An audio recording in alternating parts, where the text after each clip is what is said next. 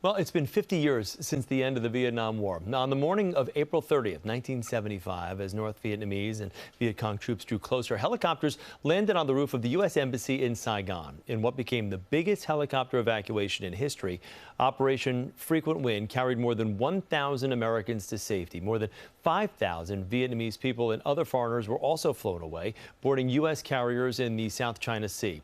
Now, the U.S. role in the Vietnam War had officially ended in 1973, but the conflict between North and South Vietnam raged on until Saigon fell. Even 50 years later, the ripple effects of that war are still being felt today. We're joined by Jamie Nguyen, a senior coordinating producer here at CBS News, whose family was forever changed by that conflict. Jamie, good to see you. Thanks for being here. Thanks for having me. These stories, I can only imagine talking with your grandparents, about this. What was that like, being able to hear them reflect on those days? You know, they really didn't like to talk about it very much, and it was really hard for them, but I think something about being in college, I was a history major, so I wanted to take advantage and document their life. And in learning about it, there was just so much that I didn't know. Yeah. You know, my grandmother was 43 years old, just a little bit younger than I am, when she decided to leave Vietnam with 7 children. Yeah. I don't even know how she did that. Yeah. I can't even move to the suburbs, let alone like leave and go to another country. So where did that strength come from, do you think? I just think she was always a resilient person. She has she grew up very well-to-do, and she had to realize that her life was going to drastically change with the communists taking over. Yeah. And I remember the story she told me, that she talked to my grandfather. He was a colonel in the war. He fought alongside the Americans against the communists. Yeah. And so he said to her, why are you going to go? What are you going to do? You don't know the language, you don't know the culture. Are you going to even be able to survive? And her point was, I can't stay here and let my children live under a communist regime. The unknown is better than what I do know here. Your grandfather stayed behind. Yes. How difficult was that? That was really hard. I mean, he didn't stay behind by choice. When the South Vietnamese army lost, he was put into so-called re-education camp, which is, he became a prisoner of war, and he shared stories about, the torture that he endured during those decades of re-education camp. And I have to assume that's one of the reasons probably why he did not talk a lot about it. Those memories must have been very difficult for him. There was a lot of trauma that I didn't realize. Like, even by the time he came to the United States, I was a sophomore in high school. Yeah.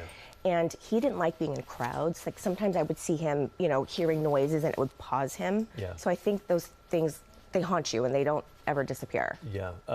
Your family moved to the West Coast when they came to the States and started your life on the West Coast. What was that like? So my mother was actually pregnant with me when she got to the United States. So I am an American citizen. Yeah. One funny nugget. So my name is Jamie, and I was named after the Bionic Woman, Jamie Summers, sure. Yes. because she was like the big show. Yeah. And my mother said, I want my kid to have an American name, and that was the only name she knew. If you were a boy, would you have been Steve Austin? Maybe. I never even asked her that question. I'm gonna text her right now when we get off.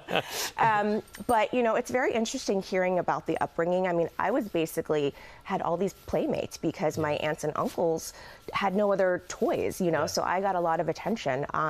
It's something that my grandmother's not very proud of talking about, but coming here, we were reliant on the kindness of strangers. Yeah. A church group sponsored us, so the Bolden family was our sponsor family. And I cannot imagine what our life would be like if we didn't have this lifeline to help us get situated and acclimated. You've written a lot of stories about this.